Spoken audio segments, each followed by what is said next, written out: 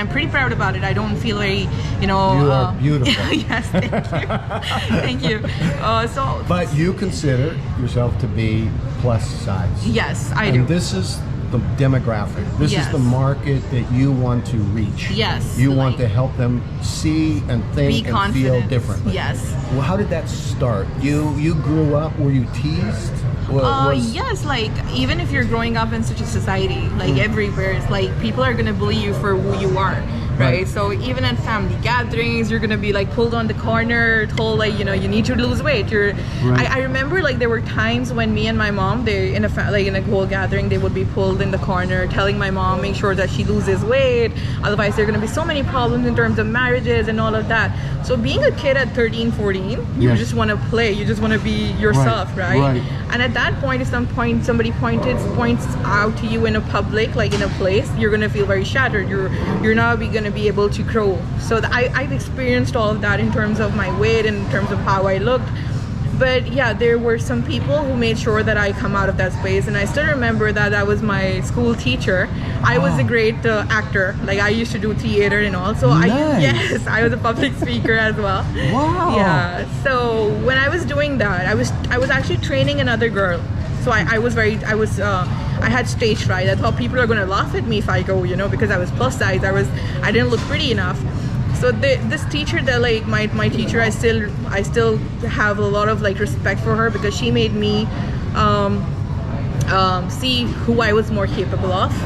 So at that point, I was just training this girl, and then she saw me from the corner. She said, "Why aren't you participating?" And I said, "No, I have this fright because I am overweight. People are gonna, you know, come to me and then gonna make fun of me or something like that." So she held another theater. She had a drama, and then that drama she gave me a comedy role. So this is where where I changed a bit, because when I got the comedy role, now I was frightened that people won't laugh at me. So when people laughed at me, I was, don't want to hurt your feelings, when really that's what you want. Yeah. So that changed the whole perspective.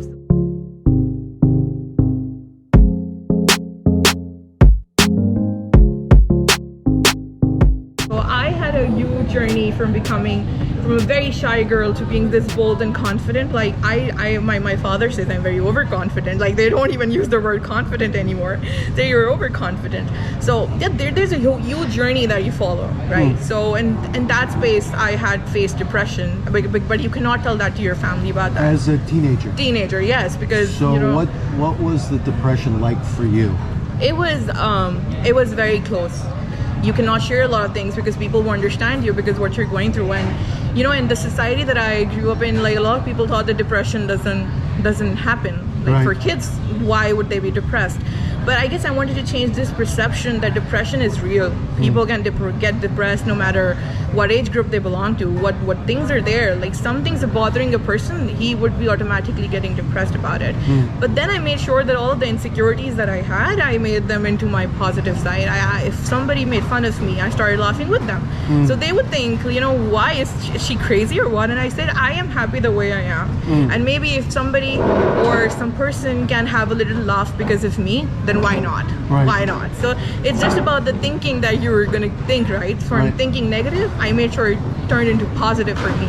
So yeah, that was everything I was experiencing. And when I saw the society, there were a lot of other girls, a lot of other women, they were facing the same thing. So then I started my blog. I started telling them, like, you can be confident no matter what you look like, because not everybody by choice is overweight, right? So sometimes lots of factors. Exactly. Lots of reasons. Yeah. So yeah, that perception, that feeling of being wanted, that feeling of being accepted, that's why I started my blog. Like that was Let It Sparkle. So it was like, you know, you should sparkle no matter what. You have that spark in you. You just need to find that, right? Right. Yeah. Thank you, Aliya, for sharing this sensitive part of your life. I often tell people that this YouTube channel is just a baby and I'm a new YouTuber, but I enjoy it while I wait for the world to reopen. And we focus on helping small business owners, on travel, and maybe the most important of all three is the third one, which is inspiration. Helping people to make a better choice or a good choice as their next step. Some of you know when I was a 6th grader, I had a 6th grade proper English teacher say to me, "A loud laugh bespeaks a hollow mind." Her words crushed my spirit. I was maybe too sensitive, but they were like a dagger, like death.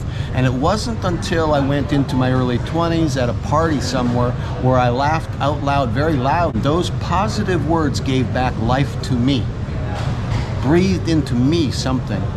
Now I hear my story, listening to Aliya talking about growing up, maybe a little bit more on the plus side, but feeling sometimes pressure, thoughts, words from other people that she grew up with. Maybe they meant it, maybe they didn't know what they were doing, doesn't matter. There were times of depression, can't sleep, don't know who to talk to because this doesn't happen to us.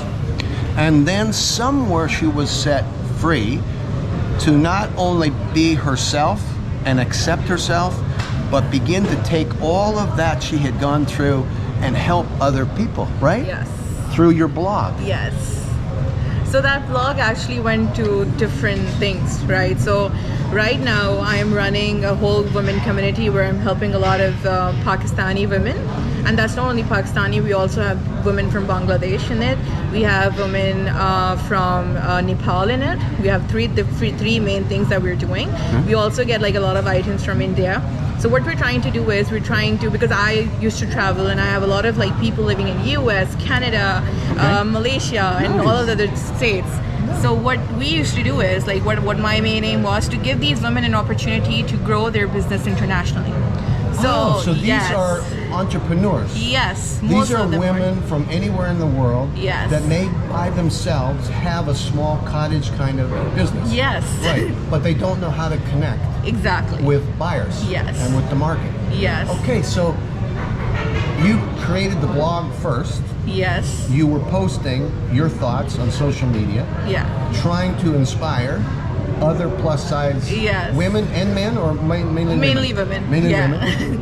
And then when did this idea come about that as you met people that had a business, you would figure out something that you could do to help them? How did that come about? So I was doing my internship in Malaysia. Okay. And I became friends with a lot of new people. So one of my Bangladeshi friends, she is very close to me. So we were sitting together and they had a lot of demand of Pakistani clothing in Bangladesh. Pakistani clothing in Bangladesh. Yes. Okay. So we were talking about it and then we decided that we're going to make a community where we're going to make sure that these women connect with each other. Okay. And because of like people are very skeptical about online purchases, they're very skeptical because this is 2 countries you're talking about. This is not in a country.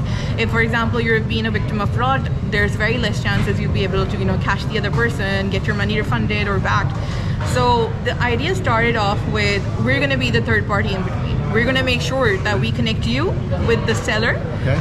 The buyer and the seller are going to meet. Okay. We're going to make sure that your money is safe. You're going to get your items, and we're going to get them delivered. So for the community, I was making sure that the women they're getting opportunities from around the world, like to sell their items, make sure they're making international clients, because making international client is a very big thing when it comes to the local community in my country.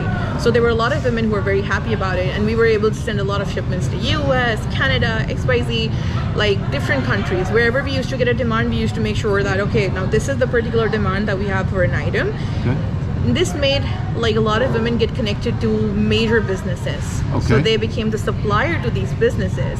A lot of women, they were, sole earners for their family, and they had an opportunity to start earning for their families. Okay. Right. So a lot of were maybe women who were widows and they were not given an opportunity to, make sure that more business were coming to them.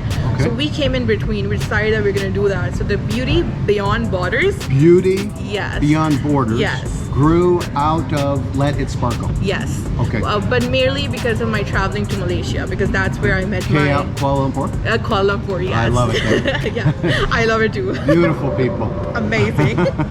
Yeah. So the idea came from there, and then we started slow, but now we have a lot of people on board. Trying to build the community here in Canada as well, like trying to get connected to people who might be interested in Pakistani clothing or Indian clothing, or Bangladeshi clothing, because every country is unique. Every country's products are unique, right? Sure. So there's a lot of demand of different different things. Like for example, Indian saris are very famous. Bangladeshi saris are famous. For Pakistani, we have a lot of designer clothing. Like shalwar kameez is something that people buy rapidly. The jewelry is very famous in our country. So we kind of do all of that and make the market over here, see where the market has in it, and then we connect businesses with the sellers, with the buyers. Okay, so you did the blog, which Yes. addressed the real need, helping people feel better about themselves. Yeah. That morphed into, is it a not-for-profit or is it a for-profit? Is it a business?